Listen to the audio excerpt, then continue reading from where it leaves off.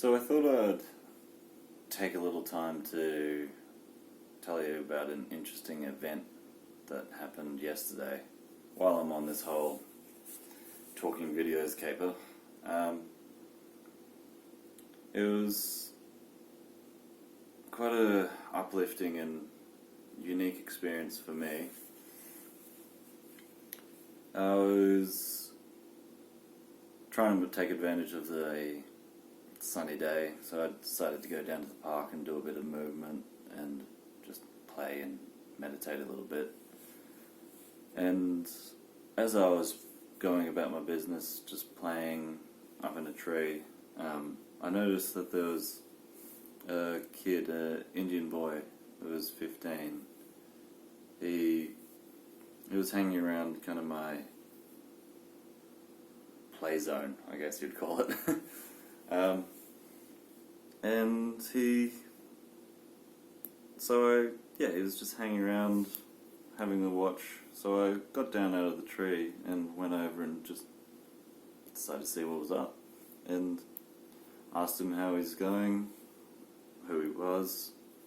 That's a lie. I didn't ask him who he was. I still don't know who he is. Asked him, what he was all about, basically. He was actually really inquisitive himself. He was asking me what I was doing, how old I was, if I had a wife, if I had children, what I did for work. It was, full of questions. So we had a nice, normal conversation for, I don't know, probably about 15 minutes or so. And just over all the normal pleasantries, that kind of deal. And then we kind of parted ways. I went on doing my movement, and about 45 minutes later, I think I was doing some meditation, maybe a bit of yoga, something like that. And I kind of sensed someone was close. And I opened my eyes and he was standing a little bit away. And so I asked him again if he wanted to join and do some yoga with me.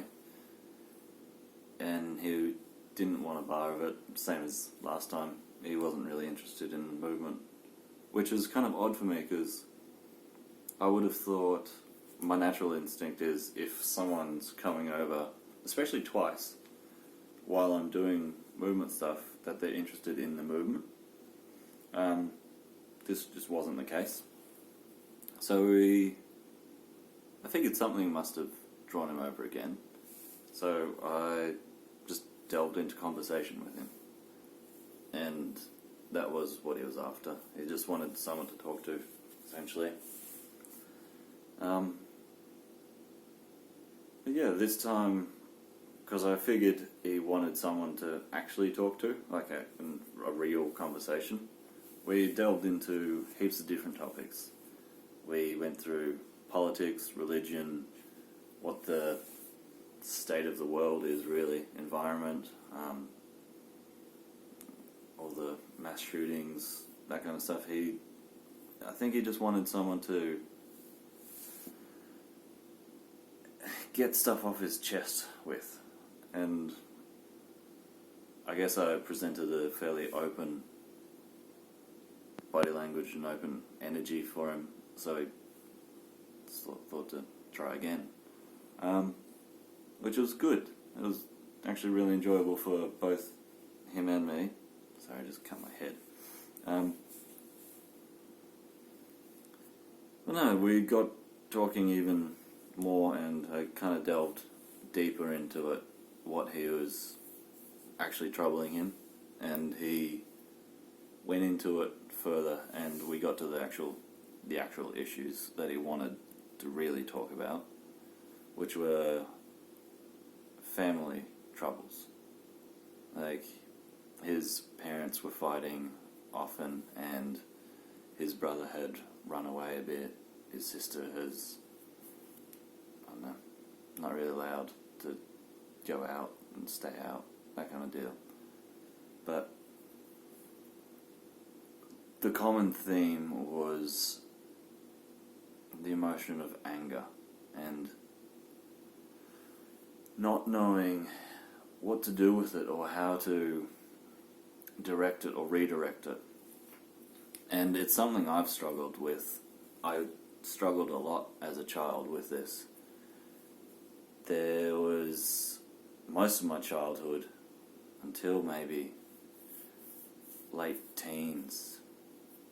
Yeah, probably late teens. Maybe even early 20s. I was quite angry, or quick to get angry. Just once I was angry, I'd stay there, and I'd go straight to angry. It took me a while to actually figure out that anger's not always the best response. Very often not the best response.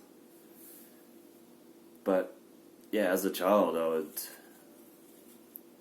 often jump to anger, and often it would be taken out on my younger brother, which to this day I'm very, very sorry for. It's one of my deepest regrets, really, is how I treated my younger brother as a child.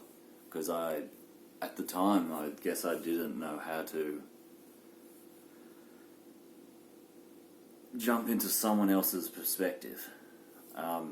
And I'm sure he only wanted to play with what I was playing with, or be around me and play with what I was doing.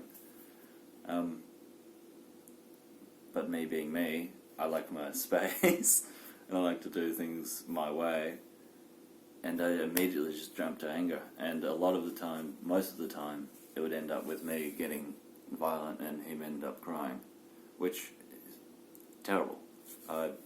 Yeah, it's one of my biggest regrets. So he was in the similar situation. Well, not to the point of violence. It was all just yelling. But he didn't know how to redirect anger and make anger into something useful. So I explained to him what I had learned through reading, trial and error, and talking. If people want me to go into the details of that, I'm more than happy to, but I'll leave that for another time. Yeah, so we got talking about how he could redirect anger, and I actually gave him the tips and tools that I wish I had have known at that young age. And eventually we worked up through all of his issues. We kept on, he'd present an issue, I'd weigh it up and present what I wish I would have known at his age if I was in his situation. And we just had a really good conversation for a long, long time. I think it might have been like an hour and a half or something. And which is a long conversation for me, especially. And by the end of it, we were just sitting there, and got to a kind of a silence, and I ended up saying, "Is there anything else that you wanted to talk about?" And he said to me, "No, I'm good," which really hit home for me. Because it felt great to help someone deal with an issue that I had struggled for so long with. And hopefully it's actually working for him. Hopefully it's something he is actually able to apply and direct his life in a more positive way for himself and his loved ones. Because the whole thing with anger is you got to step back and be actually reasonable as if this anger is warranted, and if it's not, don't do it. Come from a different place. Come from love, because love's always better for you and the person who you're in conflict with. But yeah, it was just a really cool thing to see. Also kind of depressing in a way as well, because as this old saying goes, it takes a village to raise a child, and in society as it is now, there isn't that village. So this child had to essentially seek out someone who looked amicable and open enough to have a conversation with. And I'm glad he did. I'm glad that was me. Because I don't really do it all that often. But, yeah, I hope I helped. But it's kind of sad in a way that he didn't feel comfortable talking to his parents, or he tried talking to his friends, but they didn't have the depth that he needed, I think.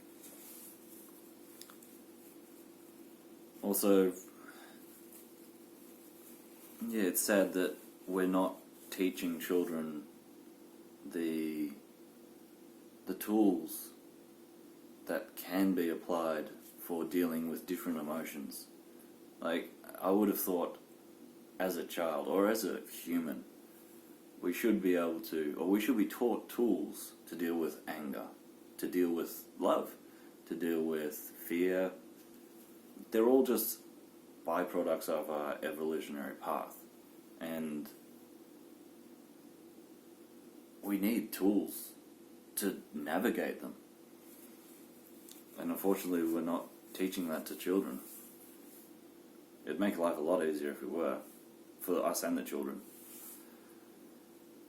But yeah, I thought it was just an interesting and kind of random thing to happen to me. Nothing like that's really happened to me before in that kind of extent. Plus bonus, he said I look like Thor at the end, so chuffed with that. But no, it was a good experience. It was a good experience, and one I think we both benefited from. Yeah, just thought I'd share. Peace.